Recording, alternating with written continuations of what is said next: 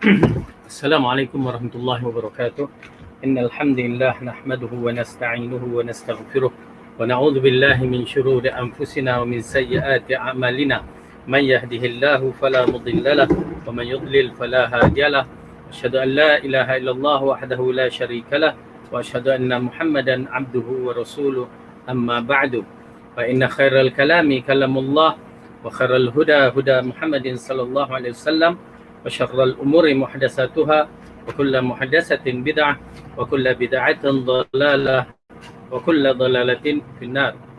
Alhamdulillah, pertama kita rafakkan syukur kita kepada Allah Subhanahu Wa Taala yang telah menghidupkan kita, yang mengumpulkan kita di dalam majlis ilmu, yang menjadikan kita di antara hamba-hambanya yang masih lagi diberikan kekuatan dan kesihatan untuk terus berada di dalam pengajian ilmu Islam, yang mana ianya merupakan perkara yang dituntut oleh syarak dan menjadikan kita bertambah ilmu yang bermanfaat. Maka kita telah menunaikan tuntutan kita sebahagian dari tuntutan sebagai khalifah di muka bumi. Oleh kerana itu, berusaha dalam siri menuntut ilmu adalah kebaikan, kerana menuntut ilmu terutamanya ilmu agama atau mengenal pencipta adalah fardu ain kepada tiap pribadi. Dalilkan hadis Rasulullah sallallahu alaihi wasallam bersabda, talibul ilmi faridatun ala kulli muslimin, setiap penuntut ilmu muslim. Ya. Muslimin disebutkan walaupun lafaz itu nampak muslimin lelaki, tetapi sebenarnya lafaz lelaki itu digunakan juga untuk perempuan, kerana riwayat mengatakan muslimin wa muslimat itu dhaif. Jadi muslimin itu pun memadai, yang mana kita tahu kaedah bahasa Arab ni kadang-kadang lafaz lelaki diumumkan untuk perempuan, tetapi kalau lafaz perempuan itu dikhususkan memang untuk perempuan. Kita berada dalam bab yang berikutnya. Ya, kalau ikutkan kita telah bicarakan bab berkaitan dengan pemimpin yang menyakiti rakyat, dan kita telah menerangkan beberapa perkara yang berkaitan dengan itu. Dan sekarang kita masuk dalam bab yang berkaitan dengan menahan kemarahan. Muka surat 184, hadis yang ke-52, menahan kemarahan.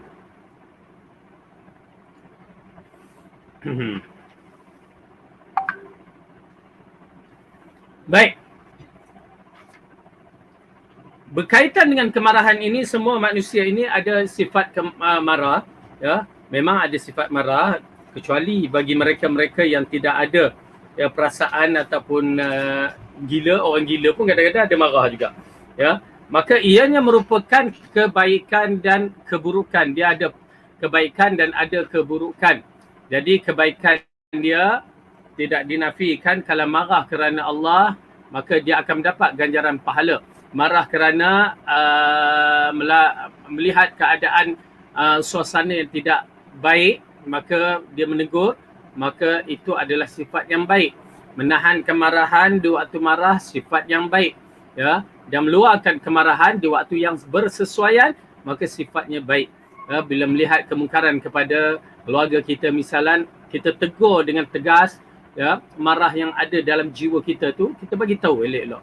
Kalau tak mendengar, maka di situ ada tindakan-tindakan yang tegas perlu dilakukan. Baik. Jadi dalam bab ini menceritakan beberapa perkara berkaitan dengan kemarahan, yang mana Rasulullah sallallahu alaihi wasallam hadis yang ke-52. Hadis 52 diriwayatkan oleh Abu Hurairah radhiyallahu anhu, anna rajulan qala ya Rasulullah awsini, qala la taghdab, wa raddada miraran, qala la taghdab. Maksudnya dari hadis yang diriwayatkan oleh Abu Hurairah radhiyallahu anhu, dia mengatakan sesungguhnya ada seorang lelaki yang berkata kepada Rasulullah. Bila seorang lelaki ini dia termasuk sahabat, walaupun tidak dikenali tetapi kedudukannya tetap sahabat. Lalu dia meminta nasihat kepada Rasulullah dengan ucapan awsini. Awsini yakni wasiatkan aku. Bila kita sebut wasiat, seolah-olah dia menjadikan pegangan kepada seseorang itu. Maka mereka lelaki ini mengatakan awsini, ya Rasulullah, wasiatkan aku. Lalu Rasulullah mengatakan qala la taghdab faraddada miraran, dia katakan jangan kamu marah. Kemudian orang itu mengulangi perkataan. Lalu Rasulullah berkata begitu juga, la taghdab, la taghdab, la taghdab. Okey. Dalam hadis ini kita akan bicarakan satu perkara yang mana diterangkan kepada kita Rasulullah sallallahu alaihi wasallam ya mewasiatkan seorang lelaki. Dan kita kena faham Rasulullah sallallahu alaihi wasallam dia mengenali sahabat-sahabatnya. Ya, walaupun di sini tidak disebutkan nama sahabat, tetapi Rasulullah mengenali hal-hal seseorang itu macam kita lah kenal anak-anak kita, kawan-kawan kita. Ya, kita tengok kawan kita tu ini jenis cepat pemarah. Ya, ataupun anak-anak kita yang kita tengok anak kita ni jenis garang, jenis lembut, jenis malas, jenis senang dipujuk, ya, berbagai-bagai. Jadi Rasulullah sallallahu alaihi wasallam akan mewasiatkan mengikut keadaan seseorang itu. Kalau seseorang itu dia cepat marah, maka Rasulullah akan mewasiatkan dalam bentuk begitu. Jangan marah. Kalau orang tu suka melakukan perkara kejahatan, lalu ditegur, lalu diwasiatkan dalam bentuk yang lain pula. Bukan semua wasiat yang sama tetapi berbeza-beza. Maka di sini Rasulullah sallallahu alaihi wasallam mengulangi beberapa kali ya menunjukkan lelaki ini kena ambil perhatian, itu sifat yang dia hadapi. Ya, maka hendaklah dia kurangkan ataupun dia hentikan sifat marah itu. Kerana apa? Kerana bila kita menyaksikan Rasulullah sallallahu alaihi wasallam kadang-kadang dia mengulangkan ucapan dia sebanyak 3 kali. Dia mengulangkan ucapan dia sebanyak 3 kali untuk orang faham. Okey. Lepas tu kalau dia tak ubah maka dia takkan ubahlah. Maka itulah tajuk dia. Misalan, ya, apabila seorang bertanya, wahai Rasulullah, siapakah orang yang pertama perlu diutamakan, yakni diambil berat, ya, ataupun diambil kira? Lalu Rasulullah kata ibu kamu. Lalu dia bertanya lagi, siapa selepas itu? Rasulullah ulang kali kedua, ibu kamu. Lalu bila ditanya kali ketiga, jawapan yang sama juga, dia dapat ibu kamu. Lepas itu jawapan yang keempat, barulah bapa kamu. Ya, dia tak ada sebut pula boyfriend kamu ke apa, dia tak ada. Ya, jadi ini mengisyaratkan kepada kita, jawapan yang Rasulullah sallallahu alaihi wasallam bagikan yang pertama, kedua, ketiga itu mengisbatkan, menunjukkan bahawa kedudukan ibu itu tinggi. Ya, kedudukan ibu tinggi.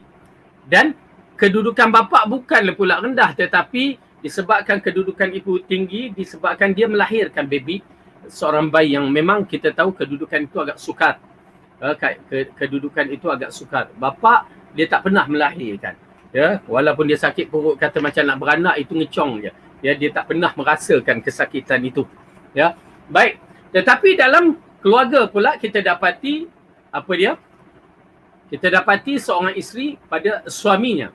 Ya, dia tidak ada pilihan walaupun dia ada mak dan ayah, suaminya diutamakan dahulu. Okey. Jadi begitu kedudukannya seterusnya. Maka kita lihat kandungan hadis ini. Pertama, amarah itu adalah sumber seluruh keburukan. Ada banyak dalil yang memerintahkan untuk menjauhinya, di antaranya hadis yang diriwayatkan di dalam Al-Musnad Imam Ahmad, yang mana annahu sa'ala Rasulullah sallallahu alaihi wasallam. Ibnu Umar bertanya kepada Rasulullah sallallahu alaihi wasallam, "Madza yuba'iduni min ghadabillah azza wa jalla?" Qala la taghdab. Dia bertanya, apakah yang dapat menjauhkan dari kemurkaan Allah? Lalu baginda menjawab, jangan kau marah. Ya. Jadi dalam hadis ini mengisyaratkan walaupun Ibnu Umar ya sahabat Nabi, maka Rasulullah mewasiatkan supaya dia jangan cepat marah. Kerana marah ini, bila kita ada perasaan marah, kita menghilangkan kenormalan biasanya, ataupun kita menghilangkan pemikiran kita yang matang untuk berfikir. Ya, kerana marah ini dia akan mendatangkan hawa nafsu dia akan mengutamakan kemarahan dia menghilangkan segala-gala kebaikan. Okey. Seorang sahabat pernah berkata, dulu aku pernah merenung, ternyata kemarahan itu adalah punca segala kejahatan. Nampak tak? Jadi kemarahan itu, bila seorang tu marah, kadang-kadang dia boleh sampai tahap membunuh. Ya, itu di antara perkara yang masalah. Bila sampai kemarahan itu tahap membunuh, maka itu kemuncak menghilangkan kewarasan seseorang itu. Oleh kerana tu, bila seorang tu tak marah, Masya Allah, Tabarakallah, suasana akan stabil. Saya teringat apabila seorang sahabat saya, ya, bapa budak tu ialah pelajar-pelajar dia di satu sekolah yang lain, di mana budak ni jenis cool lah kan. Alhamdulillah, Masya Allah, budak ni cool. Dah jadi profesor pun. Masya Allah. Ya, dia lalu tengah jalan tu bertemu dengan bapa pelajar tu dan mak pelajar. Si bapa pelajar tu dia marahnya tak tahulah. Yalah, kadang-kadang dalam keadaan yang begini memang berlakulah kesalahfahaman. Tetapi bapa ni tahan ustaz ni, lalu dia tegur. Dia cakap bobek. Ustaz ni diam je, dengar je. Dia berhenti. Lepas tu ustaz ni, ada lagi abang? Bobek lagi. Dia marah cakap sampai isteri dia macam dah lah tu. Lepas tu habis dah. Lepas tu tanya dia, ada lagi? Tak ada. Okey, terima kasih. Belah kan. Jadi bila keadaan yang begitu kita nampak ya suasana akan stabil ya. Kalau sampai mungkin orang yang marah tu kata aku bercakap dengan tiang telefon ke tiang elektrik ni, ya tak ada respon langsung. Tak ada jawapan. Bukan kerana apa? Kerana kadang-kadang kalau di mahkamah okey tak apa menjawab. Tetapi kalau kita di luar ni panjang ceritanya lagi. Ya, mungkin membawa kepada mudarat yang lain, memukul, ya, akhirnya mendatangkan satu perkara yang lebih tidak rasional, ialah sampai tahap membunuh. Oleh kerana itu, bila kita melihat kemarahan sifat marah ini ia tidak baik, tetapi bila kita nak berhadapan dengannya, maka seharusnya kita pun jangan berhadapan dengan bentuk kemarahan. Bila batu bertemu batu, dia akan keluarkan api. Ya, itu kaedah dia. Baik. Kedua disebutkan dalam kitab Ihya Ulumuddin, kemarahan itu sebenarnya bergolaknya darah seseorang itu untuk melakukan pembalasan. Manusia memiliki darajat yang berbeza dalam menguasai kemarahan. Orang yang telah dikalahkan oleh amarahnya, maka dia akan buta dan tuli dari setiap nasihat dan peringatan. Ya, ini di antara berlaku kalau kemarahan bila tidak dihadapi dengan baik, maka dia akan membutakan seseorang, mentulikan seseorang, bagilah nasihat macam mana, dia tidak akan terkesan. Bahkan bila ditangkap, ya, bila dihadapi ke mahkamah, baru datang penyesalan biasanya. Okey, jadi dalam bab ini, kalau kemarahan boleh menguasai seseorang itu, maka ianya rugi. Ya, ianya rugi. Maka lebih baik bersabar. Oleh kerana itu dalam hadis Rasulullah SAW menceritakan tentang dua orang berbunuh-bunuh. Orang yang membunuh itu masuk neraka dan orang yang dibunuh itu pun masuk neraka. Lalu sahabat mengatakan, okey, kalau orang yang membunuh tu kita tahulah dia boleh masuk neraka disebabkan dia telah membunuh. Bagaimana pula orang yang kena bunuh tu pula dikatakan masuk neraka? Ya, sudah tentu orang yang membunuh itu dalam keadaan marah, ya. Dan orang yang kena bunuh tu pun pada asalnya dia pun keadaan marah. Dia pun kalau ada peluang memang nak membunuh. Tetapi masalahnya dia tak dan untuk membunuh, maka dia terbunuh. Maka oleh kerana itu kedua-duanya masuk neraka. Ya, dengan arti kata lain, orang yang dalam keadaan kedua-duanya marah memang tidak stabil. Ya, kedua-duanya memang tidak stabil. Maka dia akan berhadapan dengan dosa-dosa. Ya, dosa-dosa yang na'udzubillah min zalik. Ketiga, lelaki di atas menemui Nabi lalu berkata, "Allimni syai'an wa la tuksiru alayya." Qala la taghdab. Faraddada dhalika alaihi miraran, kullu dhalika yaqulu la taghdab.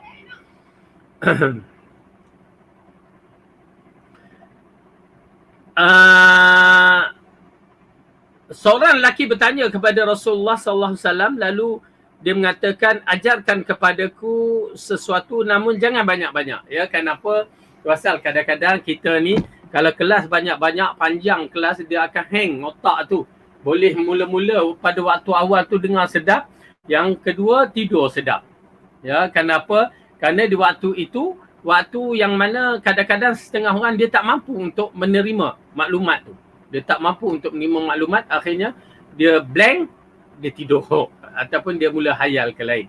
Ya, kenapa? Kan itu Rasulullah SAW dalam menyusun kelas-kelas dia pun, dia tidak seperti selalu. Kerana ada sahabat memintakan kepada Rasulullah untuk istimral, berterusan, yang ni hampir tiap-tiap hari. Rasulullah kata, takut kamu jemu. Ya, takut kamu jemu. Jadi berbeza-beza waktu itu adalah amat penting. Ya, kadang-kadang. Okey, itu caranya. Jadi dalam kisah hadis ni, lelaki ni kata, ajarkan kepadaku sesuatu, namun jangan banyak-banyak. Kenapa? Nanti banyak-banyak memang blur dah. Yang awal je dapat, tapi yang lepas tu tak dapat. Okey, lalu Rasulullah memberikan seringkas-ringkasnya. Ya, seringkas-ringkasnya. Lalu dia mengatakan, jangan kau marah. Itu je. Subhanallah, kita memahami ya konsep ini. Rasulullah SAW bila menyampaikan satu pengajaran, dia akan menyampaikan dalam bentuk perkataan yang menyeluruh. Ya, perkataan yang menyeluruh itu amat penting. Ya, kerana kefahaman tu datang segala-galanya daripada kalimah tersebut. Lalu dikatakan la taghdab. Ya, perawi kata dia mengulangi beberapa kali, namun beliau tetap berkata jangan marah, jangan marah. Ya, jangan marah. Ya, lepas ni insya-Allah kita lepas habis kelas ni, ya, semua tuan-tuan dan perempuan jangan cepat marah. Ya, jangan cepat marah. Keempat, Ibnu Rajab mengulas sabda baginda janganlah engkau marah mengandungi dua pengertian, iaitu mungkin maksud sabda baginda adalah perintah untuk melakukan hal-hal yang melahirkan akhlak yang baik seperti pemaaf, malu, berhati-hati, menahan diri dari sangan sampai tidak meyakini, menahan amarah, berwajah ceria dan sebagainya. Jika seorang yang telah berakhlak yang terpuji ataupun dia telah menjadi kebiasaannya, maka kebiasaan itulah yang mencegah darinya jangan sampai marah di saat ada rangsangan. Okey. Jadi dalam bab ini yang pertama Ibnu Rajab Al-Hambali mengatakan bahawa maksud Rasulullah kata jangan marah, yakni kita menghiasi diri kita dengan akhlak yang mulia. Akhlak yang mulia dengan cara yang kita sebutkan tadi, ya, supaya dengan akhlak yang mulia ini dia menahan dirinya dari cepat marah. Ya, itu setengah orang mempunyai kelebihan yang begitu. Yang dididik dari kecil akhlak yang mulia dengan jangan cepat marah. Kita banyak bersabar, jangan cepat marah. Itu maksudnya. Okey, ya Rasulullah jangan marah. Jangan marah, yakni jangan cepat marah. Hiasi akhlak kita dengan akhlak yang mulia dan terutamanya sifat pemaaf itu didahulukan. Didahulukan. Itu penafsiran yang pertama.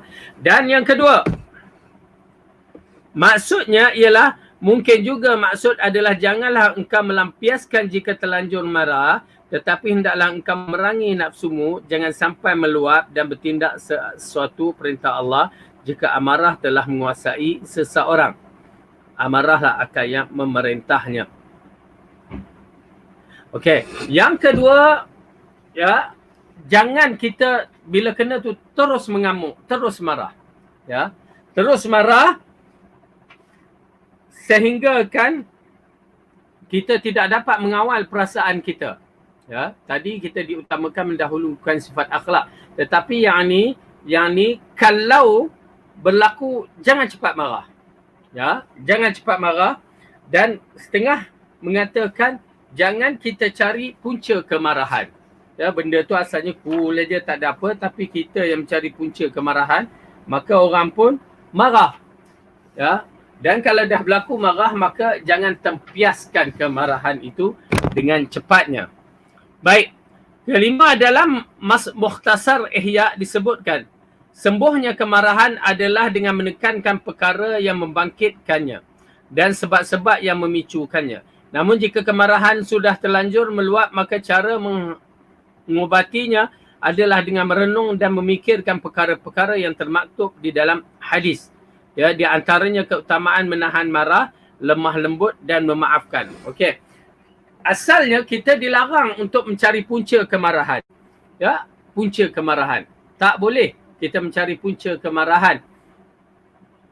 mencari sebab kemarahan. Macam kita mencari kelemahan orang lah. Kita mudah mencari kelemahan orang pada diri kita. Tak pernah kita nak mempertikaikan kelemahan diri kita yang penuh.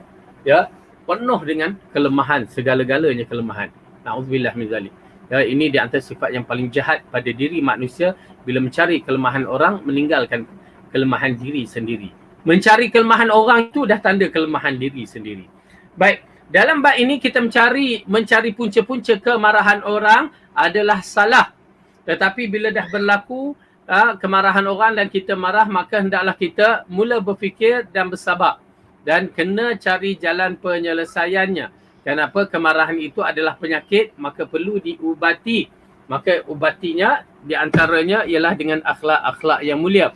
Okey, di sini Rasulullah sallallahu alaihi wasallam mengatakan, "Laisa syadidu bisur'ah, innama syadidul ladzi yamliku nafsahu 'indal ghadab."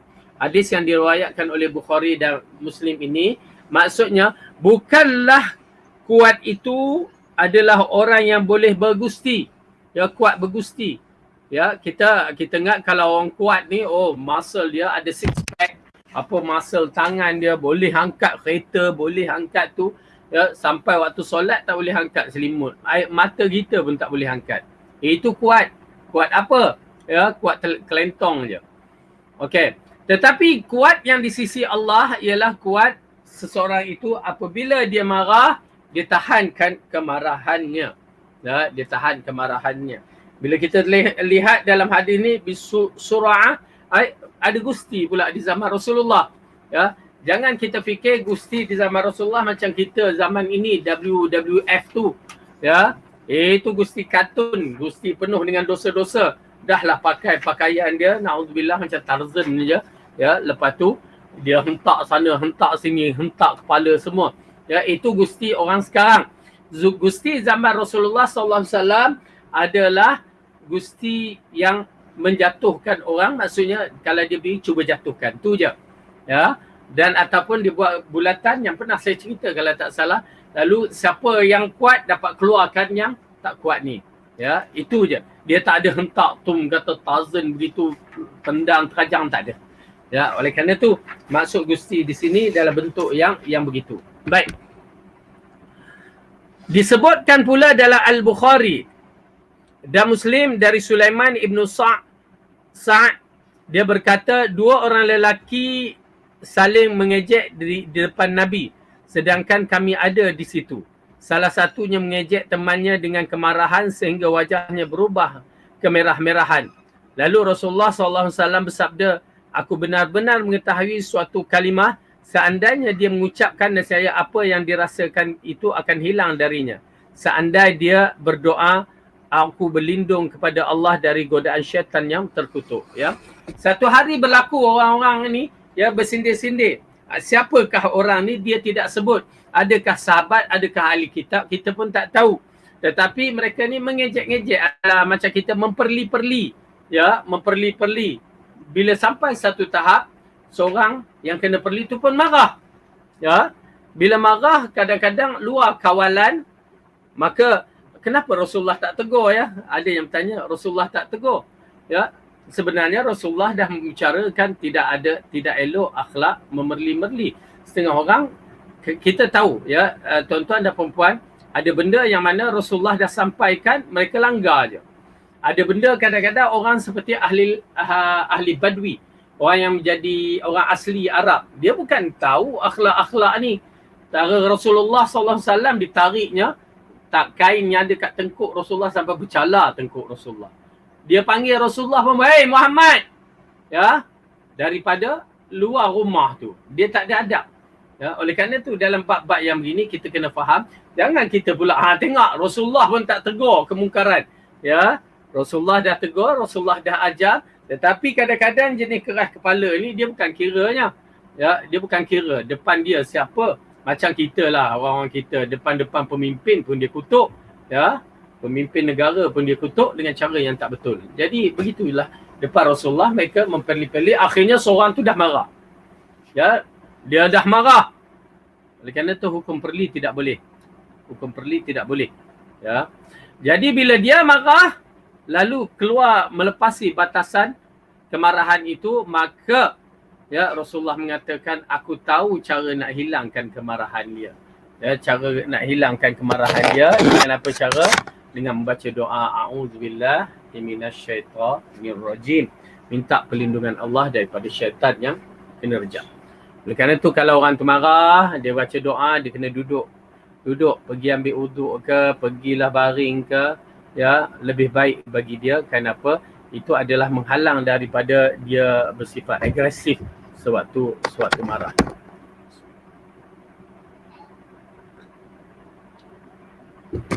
Baik. Maka selesai kita bab marah. Jadi ibu, tuan-tuan dan perempuan, lepas ni jangan marah-marah. Ya, sabar. Sabar. Berak pula. Kemudian bab yang berikutnya, berhati-hati membelanjakan harta. Ya, berhati-hati membelanjakan harta, dengan arti kata lain, ya, kita tidak menggunakan harta ini dengan cara yang salah. Kenapa? Bila kita menggunakan harta cara israf, melampaui batas, maka dia termasuk dalam yang disebutkan membazir. Ya, membazir.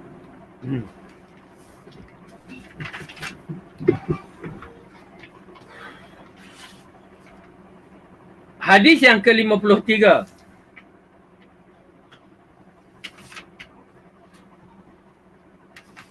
Diriwayatkan dari Jalul Khawlah Al-Ansariyah. Dia berkata, Rasulullah SAW bersabda, "Inna rijalan yatakhawwaduna fi malillahi bighairi haqqin falahumun naru yawmal qiyamah." Ada beberapa lelaki yang membelanjakan harta Allah tanpa sebenar-benarnya, maka bagi mereka neraka di hari kiamat. Okey, ini di antara peringatan yang Rasulullah SAW ingatkan kepada kita tentang kedudukan harta. Tuan-tuan dan perempuan, harta tak dinafikan, itu milik kita. Ya. Tetapi ingat, di sana ada milik yang Allah tetapkan. Bukan semua harta kita itu milik kita. Macam mana kita katakan harta ni milik kita, tiba-tiba datang lembaga hasil dalam negeri kata itu kena cukai, itu milik dia. Oh tak, kita kata kita menentang. Tak, ini harta milik aku. Cuba buat lawan kerajaan apa berlaku. Ya, begitulah kedudukan harta di sisi Allah. Walaupun milik kita, peruntukan di sisi Allah tu ada bagi mereka yang memenuhi harta mereka, yakni mereka yang telah mencukupi harta mereka untuk dizakatkan, maka perlu dizakatkan. Ya, zakat simpanan ke, zakat emas ke. Sebenarnya kalau kita belajar, pertama, ini di antara rukun Islam yang 5 perkara tu berkaitan dengan zakat. Ya, tuan-tuan dan perempuan, siapa yang dapat melakukan zakat, dia akan merasa mula-mula nak bagi zakat tu rasa seronoknya, kerana dapat menunaikan rukun Islam, salah satu rukun Islam yang 5 perkara tu. Ya. Tidak dinafikan kemudian syaitan akan kacau. Dia kacau. Kamu bagi, kamu rugi. Kamu bagi, kamu rugi. Ya, kamu bagi, kamu rugi. Tetapi bila kita melihat orang yang bayar zakat pada tahun ini, dia akan menyaksikan tahun depan pun dia boleh bayar zakat lagi. Ya, tak mana rugi dia. Kan? Oleh kerana itu Allah telah berfirman dalam surah Al-Baqarah, apa yang syaitan ingatkan kepada kita sewaktu membayar zakat. A'udzubillahi minasyaitanir rajim. Asy-syaitanu ya'idukumul faqra wa ya'murukum bil fahsya. Ayat tu kata asy-syaitanu ya'idukumul faqra.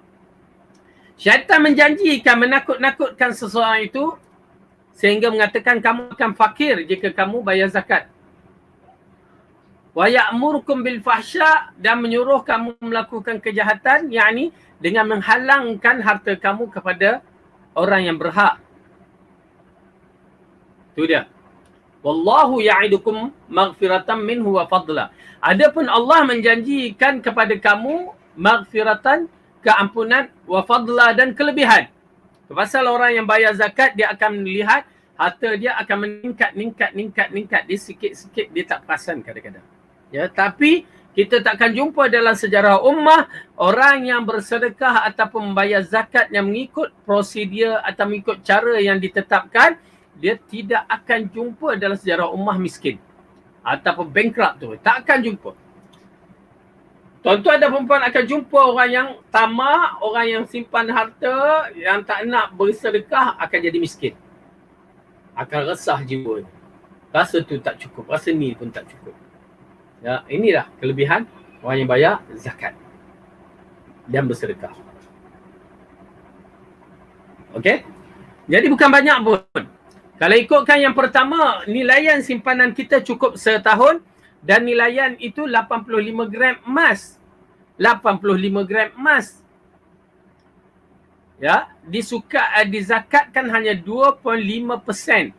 Ya, daripada 85 gram emas dizakatkan 2.5%. Masya-Allah. Ya. Maksudnya tak ada apa-apa.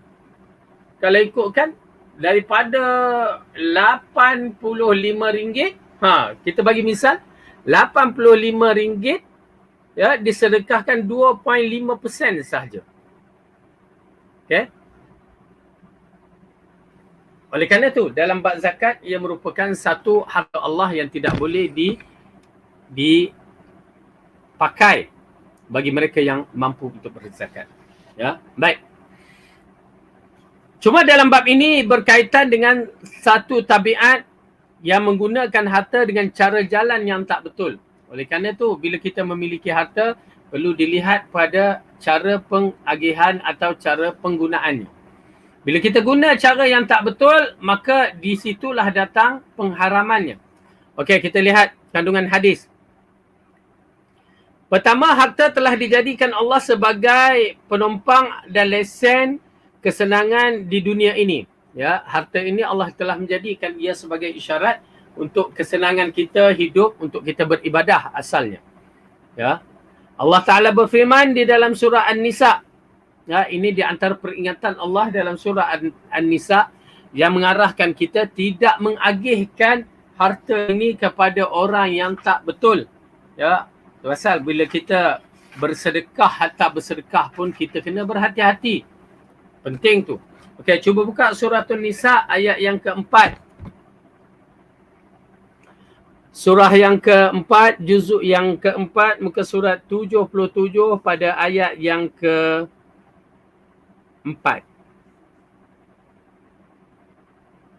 Ayat keempat ke? Ayat yang kelima. Surah keempat, juzuk keempat, muka surat 77, ayat yang kelima. A'udzu billahi minasyaitonir rajim. Wala tu'tus sufaha'a amwalakum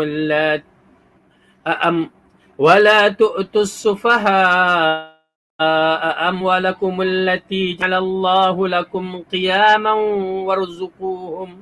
warzuquhum fiha waksuhum wa qulu lahum qawlan ma'rufa. Dan janganlah kamu serahkan kepada orang-orang yang belum sempurna akalnya harta mereka yang ada di dalam kekuasaanmu yang dijadikan Allah sebagai pokok kehidupan. Berilah mereka belanja dan pakaian dari hasil itu dan ucapkanlah kepada mereka kata-kata yang baik. Baik, ayat ini Allah ceritakan betapa kedudukan harta ini ya amat penting. Wala tu'tus sufaha amwalakum allati ja'alallahu lakum qiyama. Jangan kamu bagi harta kamu ini ya, jangan kamu bagi harta kamu kepada orang-orang yang sufaha, orang yang tak berakal. Orang yang tak berakal terlalu banyak, sama ada baby ke belum ada akal lagi ataupun kanak-kanak yang belum mampu untuk mengurus harta dengan baik. Orang gila ya, orang yang tak reti bahasa ni ya, yang bawa fahaman-fahaman sesat pun dikategori orang yang tak berakal. Oleh kerana tu, tuan-tuan dan perempuan, dalam bab-bab yang begini kita amat prihatin kerana itu harta yang mana Allah katakan yang telah menjadikan dengannya satu kekuatan. Tu pasal bila kita nak bersedekah, jangan walaupun atas nama agama, kita tengok kepada siapa yang kita nak sedekah. Kita sedekah atas nama agama, tengok-tengok dia golongan Sufism yang sesat, tarikat yang melimpah-limpah sekarang ni, ya, yang sesat. Bagaimana kita boleh bagi kepada mereka yang sesat untuk menguatkan kedudukan mereka? Oleh kerana itu tidak dibenarkan. Kerana Allah dah jadikan harta ini untuk kekuatan. Maka ianya adalah haram sama sekali. Saya dah pernah katakan dalam bab ini, walaupun pada sekolah tahfiz, kena hati-hati. Kerana dalam banyak-banyak sekolah tahfiz ini, cuba kita tengok mereka dengan cara mereka, ya, membawa fahaman-fahaman tarikat, fahaman-fahaman yang mana menyembah kubur, walaupun sekolah tahfiz. Kerana ini pernah berlaku pada zaman-zaman silam. Ulama-ulama yang hafiz Al-Quran apa semua, tetapi membawa perjalanan yang sesat. Bawa fahaman Mu'tazilah, bawa fahaman Asy'ariyah, bawa fahaman yang mana kita melihat ianya bukan dari fahaman yang dibawa oleh Rasulullah SAW. Jadi tang situ ada masalah. Itu belum lagi, ya, grup-grup yang kononnya atas nama kebajikan, kena tapis, semua kena tapis. Kalau tak, berat kita depan Allah nanti nak menjawabnya. Ya. Okey. Baik. Jadi oleh kerana itu ayat ini mengingatkan kita bahawa jangan kita serahkan harta kepada bukan orang yang mampu untuk, ataupun orang yang mempunyai kefahaman yang salah. Senang cerita. Okey. Ataupun orang yang tidak tahu nak managekan harta. Kemudian di dalam surah Al-Furqan, surah yang ke-25 ayat yang ke-67. Surah Al-Furqan, surah yang ke-65.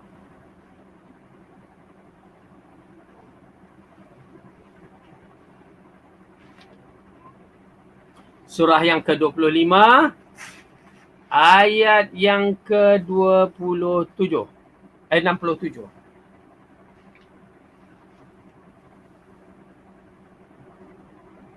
Okay. Allah berfirman di antara sifat yang disebutkan Ibadur Rahman, ya, pada ayat yang ke-67, A'udzubillahi minasyaitonirrajim. Walladzina idza anfaqu lam yusrifu wa lam yaqturu wa kana baina dzalika qawama.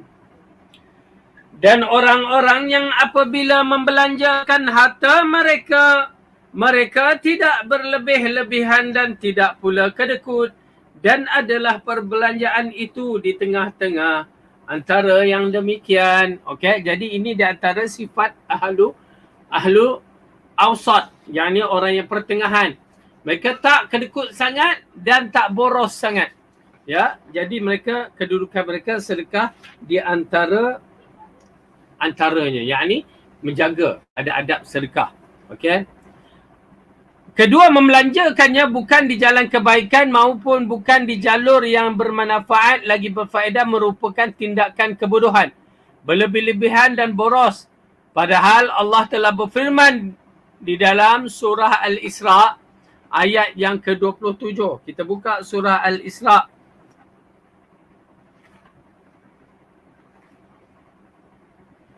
Okay, surah Al-Isra ayat yang ke-27, surah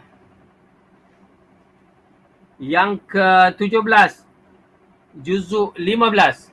Surah ke-17, juzuk 15, ayat yang ke-27, muka surat 285.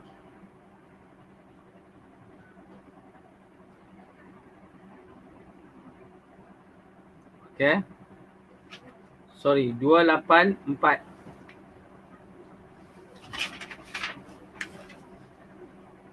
Okey.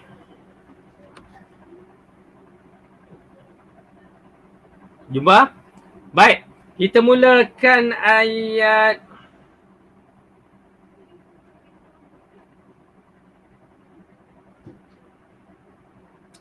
yang ke-27 lah. Tak ada apa ni.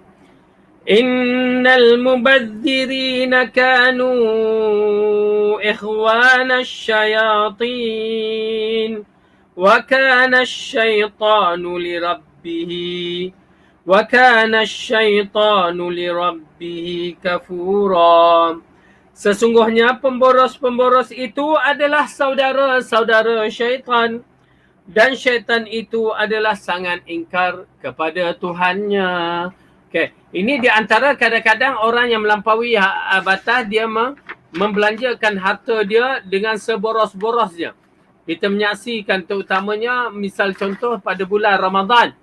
Ya, pada bulan Ramadan kita menyaksikan kadang-kadang kita beli seharusnya makan untuk seorang, bantai makan sampai bentuk 3-4 orang. Ya, na'udzubillah, banyak lebih. Maka lebih itu dikatakan membazir, pemborosan. Maka ianya kena berhati-hati. Kalau dibuang, maka di situ dahsyat pemborosannya. Tetapi kalau kita ada, mungkin boleh diolahkan lagi, tapi dikategorikan masihlah boros. Mana boleh bagi makan kucing ke, bagi makan ayam itik ke, alhamdulillah. Tapi kalau tidak, memang dia akan kategori membazir. Kemudian yang ketiga, harta yang berada di tangan kaum muslimin. Harta yang ada di tangan kaum muslimin dan yang berada di tangan para penguasa adalah milik Allah. Subhanallah. Harta yang berada di tangan kaum muslimin atau harta di tangan para penguasa. Oleh kerana itu kita dah berkaitan dengan pemimpin-pemimpin yang tidak amanah, yang mengambil kesempatan dari kepimpinan sebagai pemerintah dan mengambil harta dengan sesuka hati, ya, dan biarkan misalan benda-benda yang berlaku yang mana tidak seharusnya berlaku. Seperti misal contohlah, ya, kawasan yang diambil tanah Rizab Melayu tu habis ditebang, ditanam durian king oleh beberapa pihak yang tak bertanggungjawab. Maka itu di antara perkara yang salah, ya, salah. Bila kerajaan nak ambil, mula menunjukkan taring, sedangkan itu bukan milik mereka. Ya, ini di antara perkara-perkara yang merupakan satu kesalahan. Okey. Kenapa? Kerana harta yang berada di tangan kaum muslimin dan yang berada di tangan pemerintah adalah miliknya Allah. Dia memberikan kewenangan, kesenangan manusia untuk dibelanjakan pada jalan yang disyariat lagi bermanfaat di dunia maupun di akhirat. Allah berfirman dengan maksudnya, dan nafkahkanlah sebahagian dari harta kalian yang Allah berikan, yang telah menjadikan kalian untuk menguasainya. Ya, ini kita kena faham elok-elok bahawa Allah telah memberikan kemudahan beberapa harta untuk kita menguasainya. Dan bila menguasainya bukan untuk kita menjadikan ia sebagai satu harta yang disalahpakaikan, disalahgunakan. Kita berada di akhir zaman di mana manusia berkaitan dengan harta ni menjadi isu yang besar. Ya, kalau berkaitan dengan syariat ke, berkaitan dengan solat ke apa ke, dia kurang. Ya, aurat ke tak ada. Tetapi bila bab harta, melenting secepat-cepatnya. Ya, na'udzubillah. Ini di antara yang berlaku dalam golongan Khawarij. Ya, mempunyai fikrah yang begitu. Ya, menggunakan segala kesempatan memburukkan pemerintah. Baik. Kemudian maksudnya adalah Allah telah mengangkat kalian sebagai wakil-wakil dalam mengelolakan harta, kerana seluruh harta adalah kepunyaan Allah. Sedangkan manusia hanya diserahkan tugas pengelolanya, sehingga wajib manusia untuk mempergunakannya sesuai dengan yang diredai oleh Allah. Dengan arti kata lain, Allah dah bagi kepada kita harta yang datang dengan mudah. Bersyukur kepada kita semua kepada Allah. Allah berikan kemampuan, kebijaksanaan kita, ilmu, pengetahuan, kekuatan kita untuk mendapatkan harta dengan mudah. Untuk disyukuri, bukan untuk dibanggai atau dimegahi. Ya, kita menjadi sombong disebabkan harta. Maka apa beza kalau kesombongan harta yang sedikit itu macam kita dengan Qarun? Tak ada beza. Ya, Qarun berbangga sampai dia lupa bahawa harta yang dimiliki itu adalah milik Allah. Yang mana Allah telah berikan kemahiran dia dalam mengesan atau mendapatkan emas-emas asli. Tapi sombong. Ya, semuanya datang daripada diri konon. Ya, akhirnya dia ditenggelamkan. Oleh kerana itu, tuan-tuan dan perempuan, berhati-hati. Berkaitan dengan harta ini, berhati-hati. Jangan menyangka harta itu milik kita semuanya. Tak. Semuanya adalah milik Allah. Macam mana nyawa kita ni, jangan kita sangka kita yang menguasainya. Sebenarnya kita di bawah program Allah. Hanya menunggu masa je kita mati. Ya. Baik.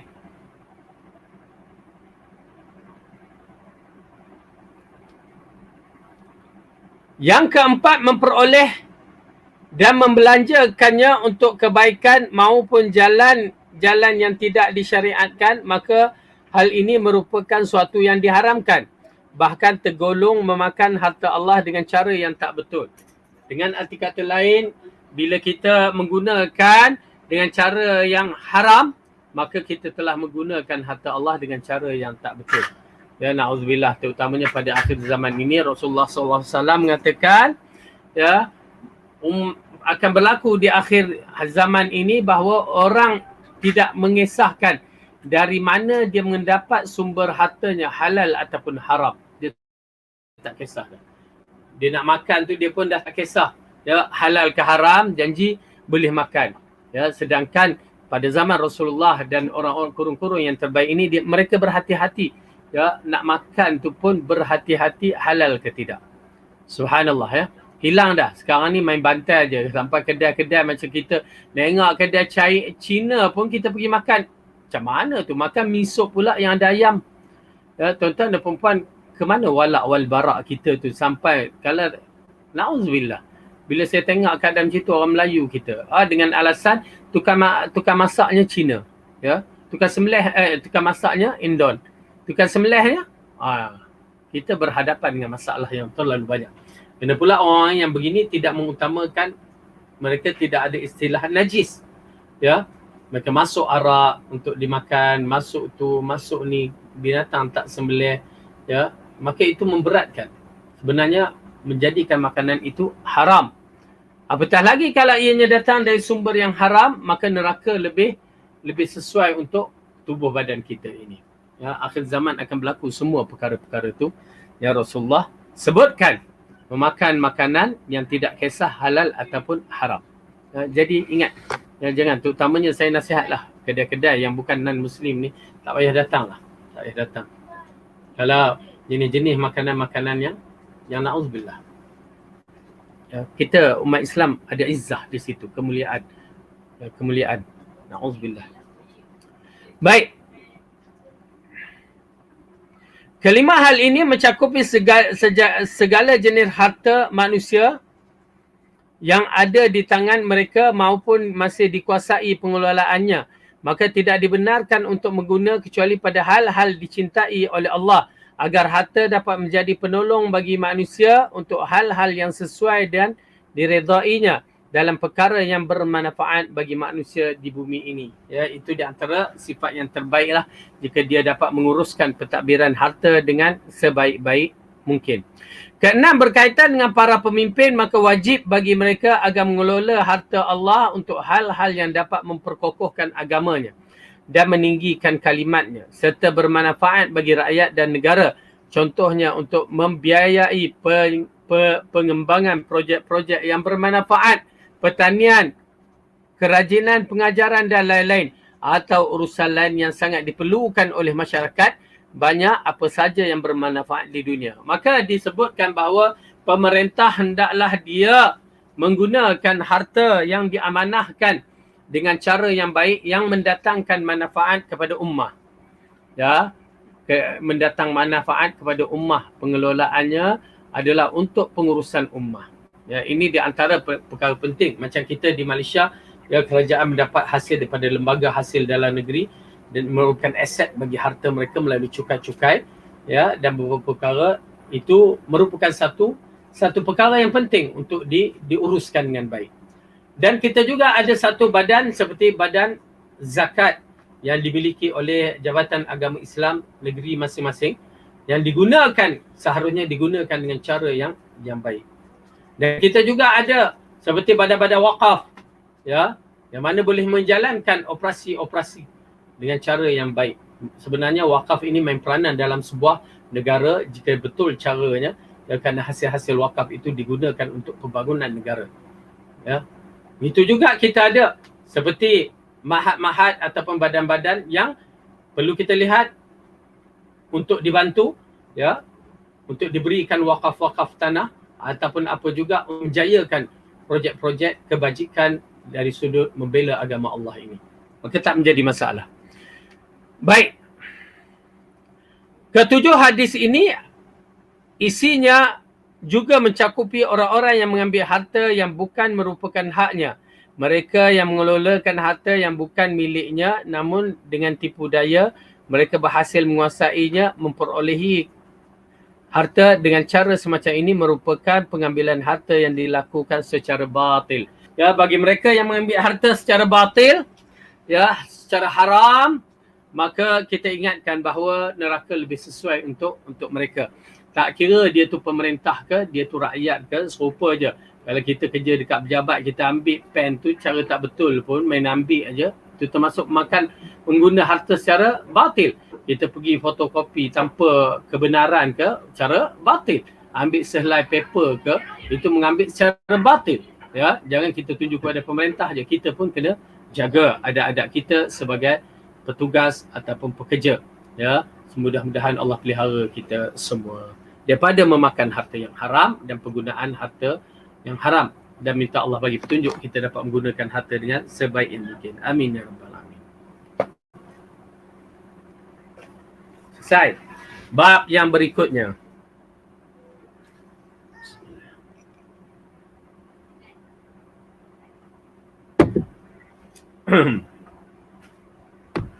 Tidak zalim menzalimi.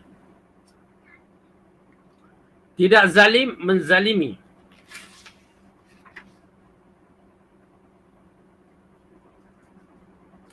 Hadis yang ke-54 dari Abu Dzar radhiyallahu anhu.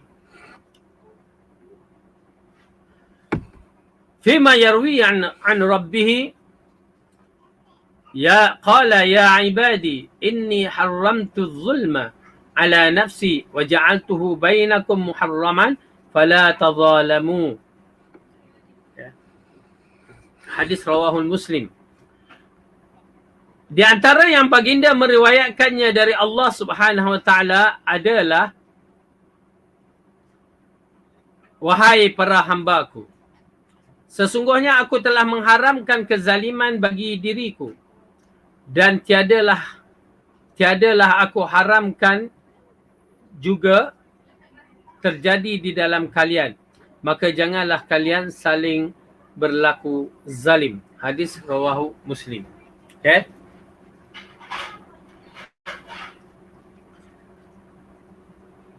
Berkaitan dengan perkara ini yang berkaitan dengan zalim. Zalim ialah meletakkan suatu bukan pada tempatnya. Itu ditafsirkan zalim ialah meletakkan suatu pada bukan tempatnya. Misalnya kita ambil songkok ni tempatnya betul, kita letak kepada kepala lutut, maka itu nama dia zalim. Ada ke songkok letak kat kepala lutut, orang kepala atas letak kepala lutut. Baik, maka itu zalim, meletakkan pada bukan tempatnya. Oleh kerana tu bila seorang tu melantik pekerja-pekerja ataupun orang-orang yang seperti syarikat-syarikat ataupun seperti pemerintahan meletakkan orang-orang yang bukan sesuai pada tempatnya, maka itu dikategorikan zalim. Kenapa? Bila diserahkan tugas kepada bukan yang layak untuknya, maka tunggulah hari kehancuran. Ya. Kerana tu bila Abu Dzar nak minta jawatan kepada Rasulullah, lalu Rasulullah kata, ya Abu Dzar, anta rajulun dhaifun. Wahai Abu Dzar, sesungguhnya kamu orang yang lemah. Rasulullah tak bagi kerana jawatan. Kalau Rasulullah bagi, zalim Rasulullah. Kenapa? Kerana dia akan menzalimi orang-orang yang berikutnya. Ya, berat dalam bab ni.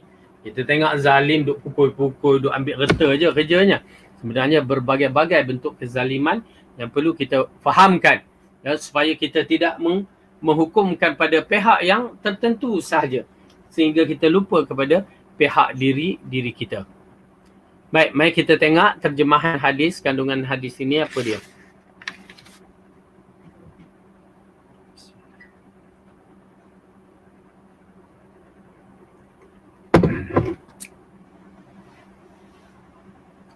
Kandungan hadis pertama. Hadis ini merupakan penggalan dari sebuah hadis yang panjang yang diriwayatkan oleh Muslim dalam sahihnya dan yang lain Imam Ahmad berkata hadis ini adalah hadis yang paling mulia milik penduduk Syam. Sampai-sampai Abu Idris Al-Khawlani bersumpah jika meriwayatkannya, ya. Ini di antara hadis-hadis masyhur daripada penduduk Syam, yakni sanad itu datang daripada orang-orang Syam yang menghafalnya, ya. Kedua firman Allah adalah hadis ini, yakni hadis Qudsi yang disebutkan ialah firman Allah. Wahai para hambaku, sesungguhnya aku telah mengharamkan kezaliman pada diriku. Berarti Allah Ta'ala telah mencegah dirinya dan tidak akan pernah menzalimi sekalian hamba-hambanya. Dia berfirman dan bahawasanya Allah sekali-kali tidak akan menginayai hambanya dalam surah Qaf dan dalam surah Ali Imran, dan Allah tidak menghendaki membuat kezaliman terhadap sekalian hambanya. Ya, ayat dan hadis lain berkenaan dalam masalah ini sangat banyak. Okey.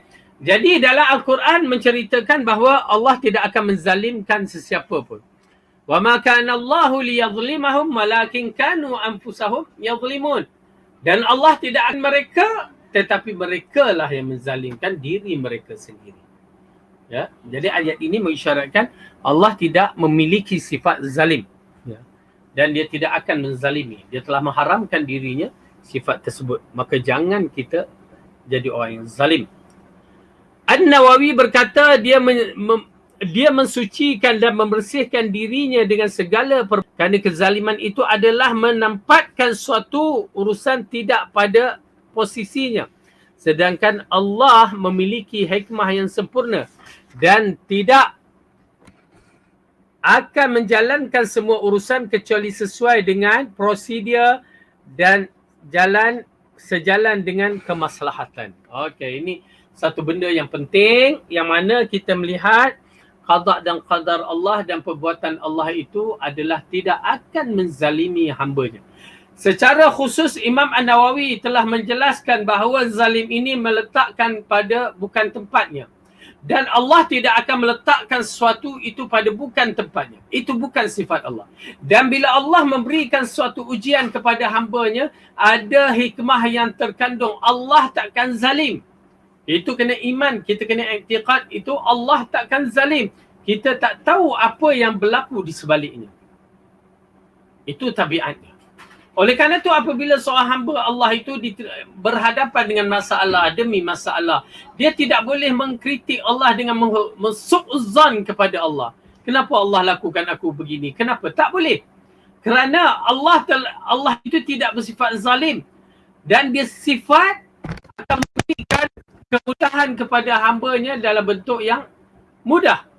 Kalau boleh dia akan mempermudahkan segala-galanya. Memang dia boleh, tetapi dia jadikan ini sebagai imtihan, sebagai ujian. Ya. Kenapa? Dengan ujian-ujian inilah Allah angkatkan hamba-hambanya sampai ke muncak yang terbaik yang bertaraf siddiqin wa syuhada'i was salihin. Oleh kerana itu tuan-tuan dan puan-puan, apa yang berlaku misalnya COVID-19, kita kena terima dengan keadaan yang diredai oleh Allah dengan menjaga SOP yang telah ditetapkan. Apabila kita berhadapan dengan musibah-musibah yang lain, dengan kematian misalnya, dengan kesakitan misalnya, dengan berbagai-bagai bentuk ujian, maka yang pertama sekali husnuzan, ada hikmah yang terkandung. Paling kurang Allah nak hapuskan dosa kita di akhirat. Itu dia cara dia. Ya, kerana Allah tidak bersifat zalim. Ini bila berlaku kita mula mempertikaikan Allah, maka seolah-olah kita mengatakan Allah itu zalim, sedangkan ia tidak begitu. Hikmah ini agak sukar difahami ya sebenarnya, tetapi ia adalah suatu yang besar. Ya, satu yang besar. Baik. Ketiga, mengomentari firman-Nya, dan telah aku haramkan juga terjadi di antara kalian, maka janganlah kalian saling berlaku zalim. Ibn Rajab berkata, Allah telah mengharamkan kezaliman bagi hamba-Nya dan melarang mereka saling menzalimi. Kerana itu diharamkan bagi setiap hamba-hamba menzalimi orang lain. Okey? Dengan arti kata lain, Allah telah mengharamkan dirinya, maka jangan kamu menzalimi, maka kita jangan menzalimi dengan orang lain. Apa juga kezaliman yang kita nak buat, maka jangan. Pasal syariat, ya, syariat itu adalah SOP yang telah ditetapkan oleh Allah supaya kita akur untuk menyelamatkan diri kita dari neraka. Kalau kita SOP sekarang untuk menyelamatkan kita dari COVID, maka di sana untuk menyelamatkan kita dari neraka. Kenapa Allah larang tu? Kenapa Allah larang ni? Kerana selain daripada musibah yang bakal berlaku di muka bumi, ianya boleh membawa kepada neraka. Jadi tuan-tuan dan puan yang dirahmati oleh Allah, apa yang paling penting ialah kita ikut sahaja apa yang Allah arahkan dan jauh apa yang Allah larang. Kerana bila dia larang, maka di sana mengisyaratkan adalah perkara yang tidak baik. Kemudian yang keempat, kezaliman itu ada dua, iaitu zalim terhadap diri sendiri, yang terbesar adalah syirik.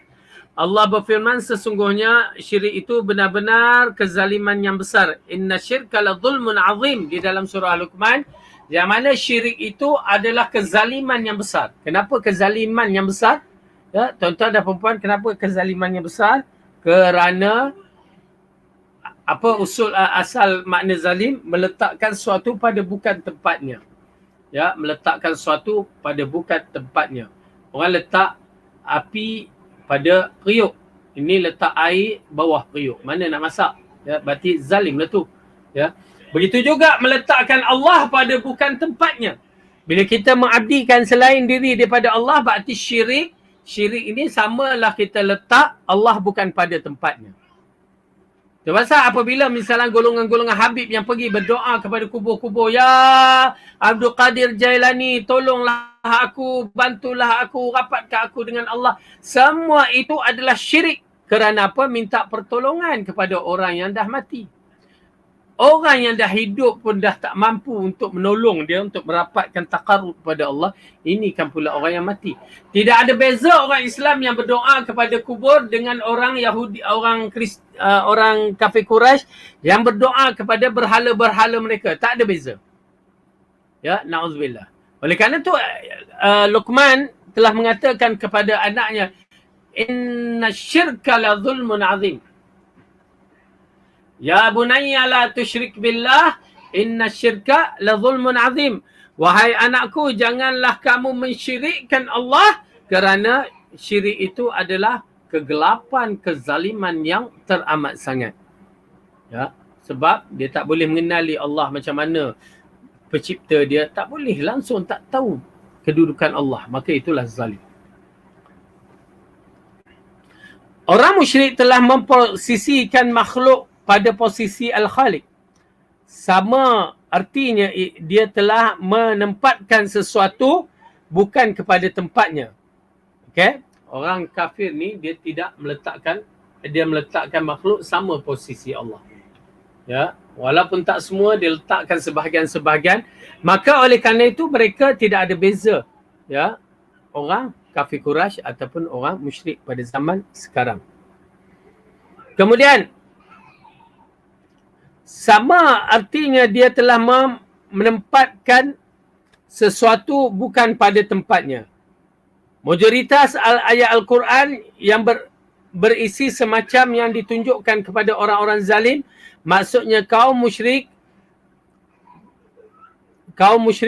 baru setelahnya ditunjukkan yang berbeza semacam dari dosa besar maupun kecil. Ya. Jadi Al-Quran banyak menekankan masalah syirik. Ya, kerana apa? Kerana masalah syirik adalah usul kepada kesesatan segala-galanya. Tuan-tuan dan puan-puan, bermula Nabi Allah Rasulullah utusan Allah Nabi Nuh alaihi salam yang cuba menyelamatkan kaumnya daripada syirik, daripada menyembah patung-patung 5 orang soleh ni, kepada menyembah Allah Subhanahu Wa Taala. Kita menyaksikan, ya, selepas mereka menyembah patung, melakukan syirik, mereka akan sesat sesat-sesatnya. Kaum Nabi Shu'aib lepas melakukan syirik, mereka sesat dalam bentuk perniagaan. Kaum Nabi Lut lepas melakukan syirik, mereka sesat pada hubungan kekeluargaan. Dan juga begitu juga dengan kaum Nabi-Nabi sebelum itu, bermula daripada kesesatan syirik, lalu kesesatan lain diikuti. Dan kita menyaksikan para penyembah-penyembah kubur pada zaman ini, orang yang mengiktirafkan syirik, bagaimana mereka sesat sesat-sesatnya. Bermula daripada mereka syirik kepada Allah, lalu mereka mula memuja cara yang tak betul, zikir cara yang tak betul, munajat cara yang tak betul, dan berbagai-bagai datang amalan-amalan yang tak betul. Apatah lagi seperti lepat tu, seorang lelaki, na'udzubillah min zalik. Okey? Yang membawa fahaman sesat. Sebenarnya orang macam ni, kalau zaman negara Islam tu dah lama letak dalam penjara di rotan tu, sampai dia bertobat. Ya, tapi sayang. Ya, sayang. Kerana dia menyesatkan orang. Baik.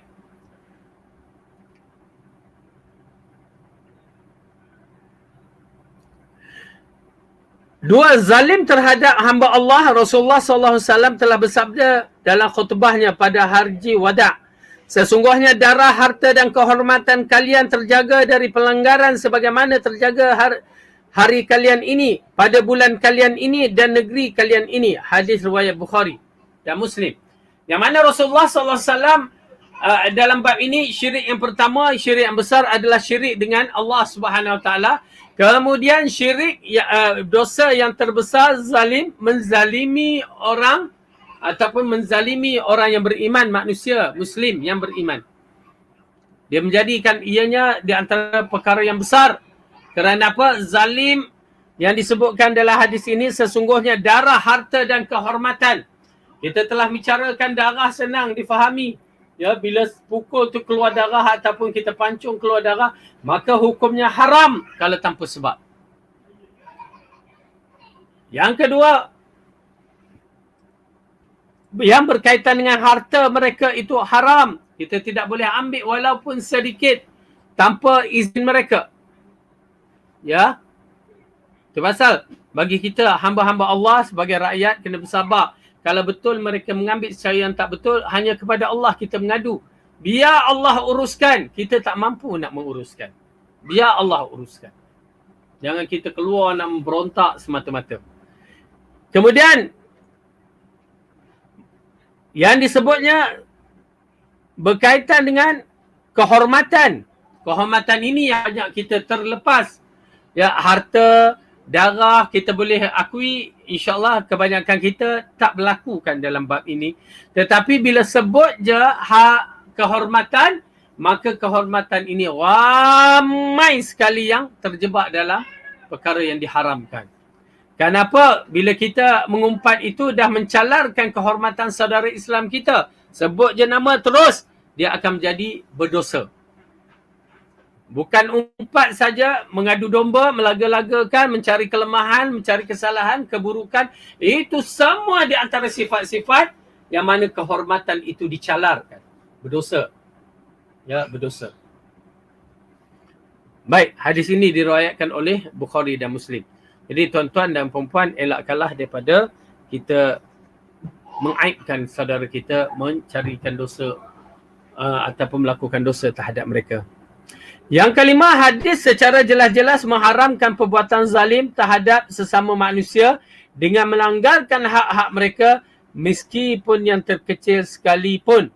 Rasulullah bersabda, wa in kana 'udan min arakin, meskipun hanya sebatang pohon arak. Yakni diriwayatkan oleh Al-Bukhari bahawasanya Nabi bersabda, barang siapa yang mempunyai kasus penganiayaan terhadap saudaranya yang belum diselesaikan dalam urusan harga diri atau lainnya, hendaklah dia minta saudaranya untuk menghalalkannya sebelum diambil kebaikan-kebaikannya oleh saudaranya pada hari kiamat. Jika kebaikan-kebaikan itu habis, maka kesalahan-kesalahan saudaranya dibebankan ke atasnya. Dengan arti kata lain, ya, walaupun sebesar pohon arak, yakni sebesar batang arak, yakni batang arak tu batang sugi tu. Ya, ada batang sugi tak ada. Ya, batang arak tu, batang sugi tu yang digunakan, walau sebesar itu pun akan dihisap depan Allah. Kemudian dikaitkan dengan hadis yang Rasulullah kata, wahai manusia, wahai sahabat-sahabat, siapa yang mempunyai penginayaan terhadap saudaranya belum diselesaikan, maka selesaikan secepat mungkin di dunia. Kalau selesai di dunia, kalau orang tu tak maaf ke apa, itu lantak dia. Tetapi kita dah istiharkan kita bersalah, maka lebih baik kita selesaikan di dunia. Kerana di akhirat nanti, apabila sampai, kalau tidak diselesaikan, maka di akhirat nanti kebaikan-kebaikan akan ditukarkan dengan kejahatan. Ditukarkan. Ya, kita bertukar dengan orang-orang yang pernah kita kutuk, pernah kita umpat. Tukar. Kemudian sudah habis kebaikan, maka kesalahan saudaranya dibebankan kepadanya. Maka diseksakan kepada orang tersebut. Na'udzubillah min zalik. Ya, kita minta lindung kepada Allah Subhanahu Wa Taala dari peristiwa tersebut, yakni peristiwa di mizan. Ini berkaitan peristiwa ini di mizan. Ya, segala amalan kita yang waktu nak timbang tu terus terhenti, diberikan kepada orang lain. Ya, ini yang antara lebih teruk daripada scammer. Kita scammer pun dah terduduk, ini kan pula bukan scammer, tetapi ini adalah kesalahan kita sendiri. Scammer tu mungkinlah kena tipu, bukan kesalahan kita, ataupun kenalah berbagai-bagai. Tetapi dalam bab akhirat, itu adalah kesalahan kita.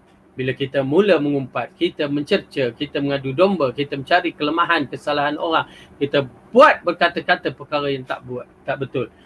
Ya, kita gaduhkan, kita berbagai-bagai, maka Allah akan hisap kita, habis amalan kita. Na'udzubillah, jadilah orang yang papa ke dana di akhirat kelak. Masalahnya bila dah papa ke dana, tidak ada amalan soleh, ke neraka tempatnya. Na'udzubillah. Wallahu a'lam bissawab. Ya. Kita masuk bab yang seterusnya. Bab pengertian ghibah. Okay, ini kalimah Arab yang digunakan, ghibah. Hadis yang ke-55. Apakah maksud ghibah itu?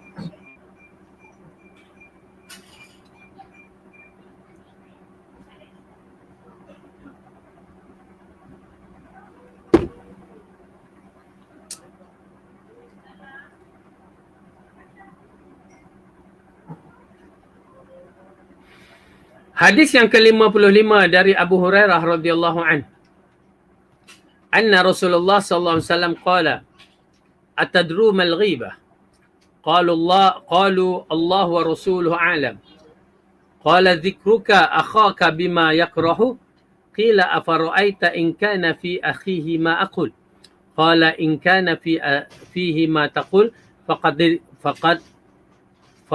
ghatabta. Wa illam yakun fihi faqad bahattah. Okey, maksudnya Rasulullah sallallahu alaihi wasallam pernah bertanya, tahukah kalian apakah ghibah itu? Ghibah, ya, kalimah ni kalimah Arab. Maka kita belajar sedikit yang dimaksudkan ghibah. Apakah dia ghibah? Lalu para sahabat menjawab, Allah dan Rasulnya yang mengetahui. Ini di antara adab para sahabat, ya, dengan Rasulullah sallallahu alaihi wasallam.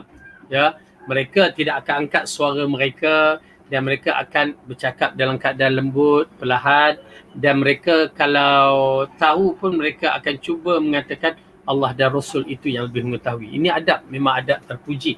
Kenapa? Ada benda yang mereka sangka itu tiba-tiba lain, kan? Seperti atadru mal muflis, tahukah kamu apa dia muflis? Sahabat menjawab, ya, muflis di sisi kami adalah tidak ada harta dan tidak ada wang. Lalu Rasulullah kata, muflis di sisi Allah. Okey, maka di sinilah maksud ghibah. Kita akan bicarakan. Okey. Rasulullah bersabda, tahukah kalian apa itu ghibah? Para sahabat mengatakan, Allah dan Rasulnya lebih tahu. Beliau menerangkan, perbicaraan antara saudaramu dalam perkara yang dibenci, bahawa dia perkara yang dibenci, yakni ghibah ini membicarakan hal kawan-kawan kita, dia tak suka. Kenapa nak sembang hal peribadi dia? Okey, itu maksud ghibah. Okey. Lalu beliau ditanya, bagaimana menurut anda jika ada yang bicara itu memang benar, ada padanya? Baginda menjawab, jika keadaan seperti yang kamu bicarakan, maka engkau telah menghibahkannya. Kalau betul yang kamu katakan itu memang ada pada dia, ya. Memang ada pada dia. Maka itulah ribah. Tetapi namun jika keadaan tidak seperti yang dibicarakan olehmu, maka itu nama dia fitnah. Na'udzubillah. Ya, tuan-tuan dan puan-puan, betapa banyak manusia pada zaman ini melakukan ribah, melakukan fitnah. Ya, kita lihat fitnah-fitnah yang dituduh. Oleh kerana itu, tuan-tuan dan puan-puan, dalam bab-bab yang tak jelas pada kita, jangan bicara. Itu pasal macam isu apa, kata orang-orang yang pemimpin-pemimpin tu, ya, tak jelas, jangan kita masuk cakap. Tak kira lah bab, maaf kata, bab liwat ke, bab rompak ke, bab apa, jangan.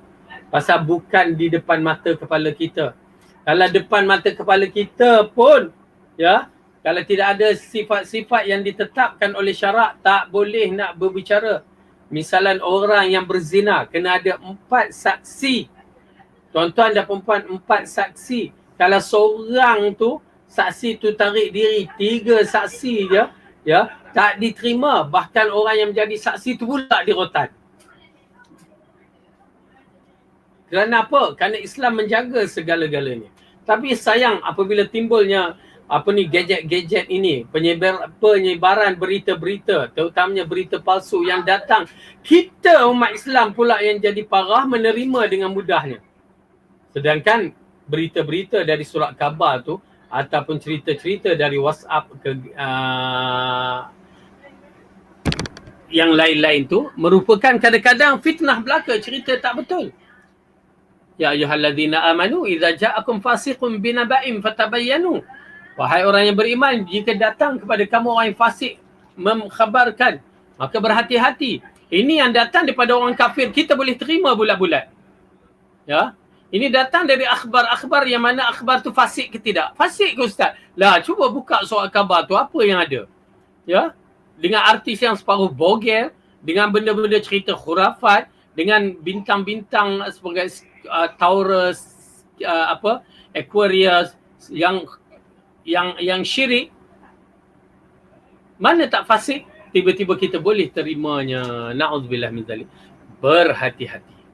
Ya, tuan-tuan dan perempuan, berhati-hati supaya kita tidak terjebak dalam dosa kering yang begini. Ya, dosa kering tapi nampak dosa kering, sebenarnya dosa itu berat. Bila kita sebut peribadi, cukup tuan-tuan dan perempuan menyebut nama peribadi dan ceritakan keburukan dia, confirm dosa tu dah terbentang untuk kita, bukan untuk orang tu. Kita dah terbentang. Nak tegur-tegurlah orang tu secara personal. Bukan tegur secara ceramah. Ya, yang dilakukan ahli politik, menegur pemimpin secara berceramah. Itu bukan manhaj Islam. Tegur secara peribadi. Itulah masalah sistem demokrasi yang mana mencerca pemimpin-pemimpin yang mengajar kita jadi khawarij. Na'udzubillah min dzalik. Bila ada pemimpin yang baik dijatuhkan, lepas tu kita menanggung penderitaan yang dahsyat. Ya, itulah sebabnya bila melihat pada kejadian Arab Spring merupakan fitnah yang besar pada ummah muslim dunia. Sebenarnya tidak ada kebaikan daripada Arab Spring, bahkan aliran darah yang beratus ribu orang mati, keruntuhan. Sampai sekarang Syria mana ada kebaikannya? Ya, nak jatuh Hafiz Bashar Assad pada ketika dahulu, ada kebaikan sampai sekarang. Mana rakyat Palestin? Semuanya jadi tonggal-langgang. Rakyat Syam lari daripada, subhanallah, ada yang dibunuh, ada yang diburu, rumah tak habis. Begitu juga di Yaman, sampai sekarang tidak ada kebaikan. Di bahagian utara yang masih lagi dikuasai puak-puak Syiah. Ya. Begitu juga di Libya. Begitu juga di Iraq. Ini semua datang daripada fitnah melalui gadget-gadget kita, ya, yang kita termakan bulat-bulat. Ya, dan juga ulama-ulama su' ataupun orang yang jahat yang mengeluarkan fatwa kepada ummah. Ya subhanallah. Dia dikaitkan beberapa orang yang ulama-ulama yang telah mengeluarkan fatwa yang menyebabkan risiko besar kepada ummah. Na'udzubillah min zalik. Baik.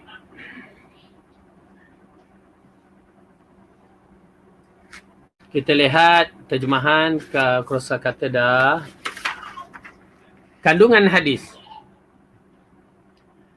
Pertama, pengertian riba sebagaimana yang dijelaskan oleh Nabi SAW adalah perbicaraan tentang saudaramu sesama Muslim dalam perkara yang dibencinya, sama saja yang menyangkut bentuk tubuh ataupun pelakunya. Jika perkataan apapun yang engkau ucapkan tentang saudaramu dan tidak disukainya dalam hal yang disebut-sebut, maka itulah yang dimaksudkan ghibah. Sama saja tentang suatu yang simple ataupun penting.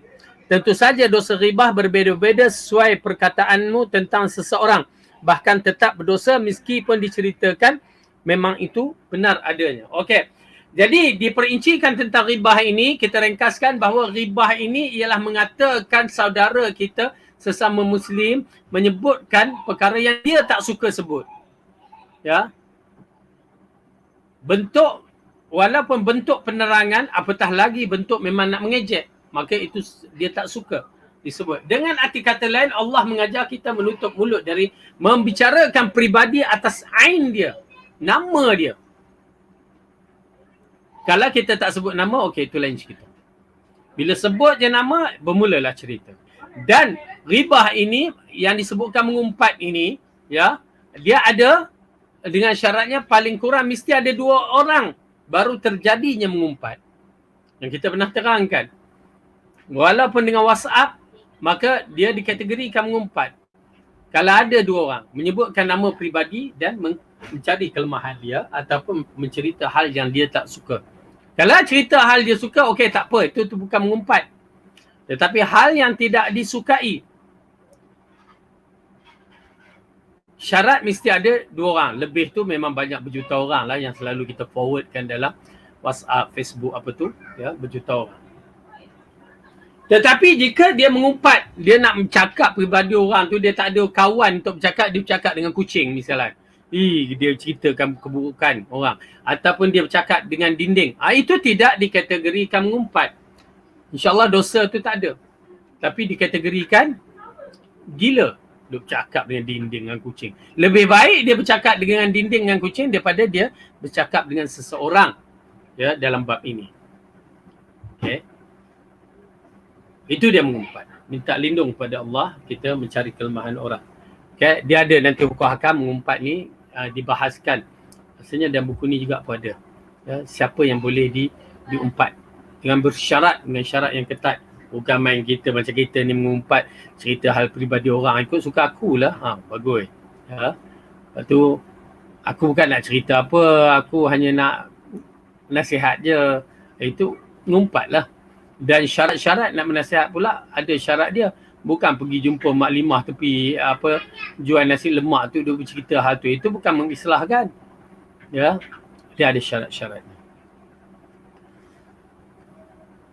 Kedua, jika perbincangan tentang saudaramu tidak benar adanya, maka engkau telah menggabungkan 2 perkara iaitu ghibah dan fitnah atau berbohong tentang seseorang padahal keadaannya tidak demikian. Ya, jadi kalau kita cerita hal itu dah bukan ada pada dirinya, maka kita telah menjadikan dia tu fitnah. Okey, ini di antara perkara yang agak menarik juga. Misalnya bagaimana dengan gelaran-gelaran. Ya, kita alhamdulillah kita hidup bermasyarakat di bandar ni lain. Ya, tak ada nak dengar gelar-gelar. Ya, bergelar-gelar. Tapi kalau kita di kampung dulu, macam saya di kampung masih ada orang tu dia bergelar-gelar. Ya, misalnya dia panggil seorang tu macam kami ada Mio, ada Mat. Okey, Mat sebiji, mat balak, mat apa dia baginya, mat tempek, mat lampam, mat la ilaha illallah. Mat gian, mat janda, mat janda ada. Ya, sampai sekarang hidup lagi mat janda tu. Ya. Ini gelaran-gelaran. Mio tukun, Mio merbuk, Mio Colin, Mio la ilaha illallah. Nama-nama yang kita hairan. Ya, kenapa dia bagi nama tu? Okey, sekarang macam kita dah belajar. Ustaz, bolehkah kita nak panggil? Saya sendiri teragak. Tapi kalau tak disebutkan, mereka nak sebut tu Mio tu ada 10 Mio. Mio mana? Terpaksa memperincikan. Oh, Mio tu. Mat mana? Mat balak. Okey, dia terus ingat. Okey, mat balak tu. Mat sebiji. Okey, terus. Ya. Maka bagi macam saya, ya, bila kita nak sebut tu kadang-kadang rasa berat. Tetapi kalau tak sebut, orang tak kenal. Ya. Maka di situ mudah-mudahan Allah maafkanlah kerana itu gelaran untuk memperkenalkan.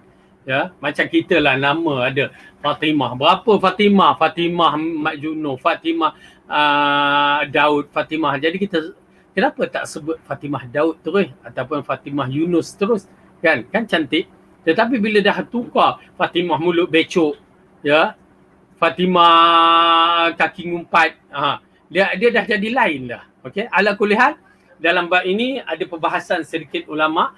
Kalau atas nama untuk dikenali, bukan untuk diejeki, untuk mengejek dia, maka dimaafkan. Tapi kalau nama untuk mengejek, ya, zaman kecil-kecil lah, itu zaman kecil-kecil. Ya, waktu tu ada orang kampung, nama dia Mio Collin. Dan ada satu cerita, kalau tak salah cerita Dallas ke apa, John Collin. Kan, kita pun jadi confused. Ya, jadi bahan main-main pula. Ya, John Collin, Mio Collin, kan. La haula wala quwata illa billah. Subhanallah, ya. Jadi benda-benda yang macam itu agak kita katakan elakkanlah. Kalau tak perlu disebut, maka elakkanlah. Kalau terpaksa disebut, maka disebut dalam bentuk kita bukan untuk mengumpat. Ya, baik. Kemudian yang ketiga, kata An-Nawawi, ghibah adalah perbicaraan tentang seorang dalam perkara yang tidak disukainya, baik yang berkaitan dengan badannya, agamanya, pekerjaan, jiwa, sifat, harta, isteri, pembantu, wajah, cara berjalan, penceriaannya dan seluruh perkara tidak pantas dibicarakan. Engkau mengungkapkan secara langsung, tulisan atau dengan isyarat, tetap saja disebut ghibah. Berarti sebut ghibah ni bukan pada badan dia, ya, pada memek muka dia, pada cara bercakap, pada segala-galanya. Mengajuk cakap dia pun tak boleh. Ya. La haula wala quwata illa billah. Banyak sangat rupanya. Ya, Islam menjaga semua perihal yang begitu supaya kita tidak terjebak dalam perkara menghina manusia, makhluk Allah Subhanahu Wa Taala. Ya, amat penting kita ketahui. Ya, tak boleh nak buat suka-suka hati kita dalam berkaitan dengan manusia yang bernama Islam. Ya, bernama Muslim, kedudukannya tinggi. Okey. Kemudian termasuk ghibah juga adalah kata-kata pelecehan yang ditorehkan oleh beberapa penulis seperti beberapa orang yang mengaku memiliki ilmu atau beberapa orang yang menisbahkan dirinya kepada kebaikan dan sebagainya.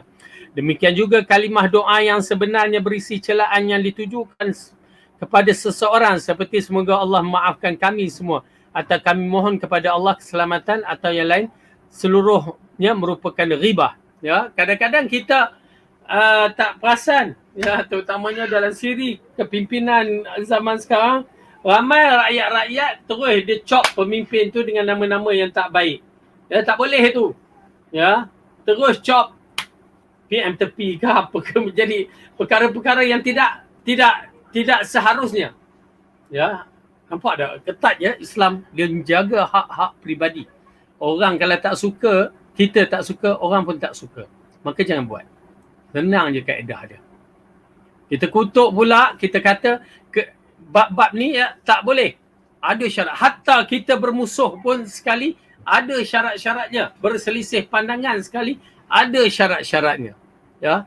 Ini kita berselisih pandangan tu dia sampai segala-galanya kita hina. Okey.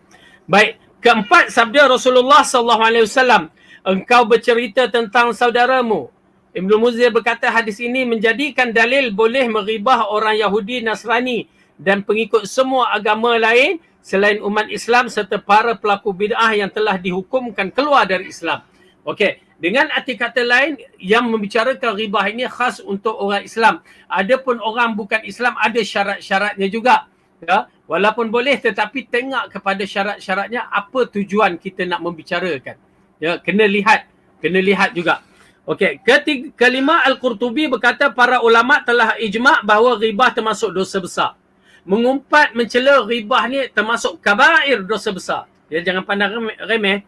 Mereka berdalilkan sabda Rasulullah SAW, sesungguhnya darah, harta dan kehormatan kalian terjaga dari pelanggaran atas diri sesama kalian. Maka tak boleh kita cemari ke kedudukan sebagai seorang Muslim. Maka harta dia,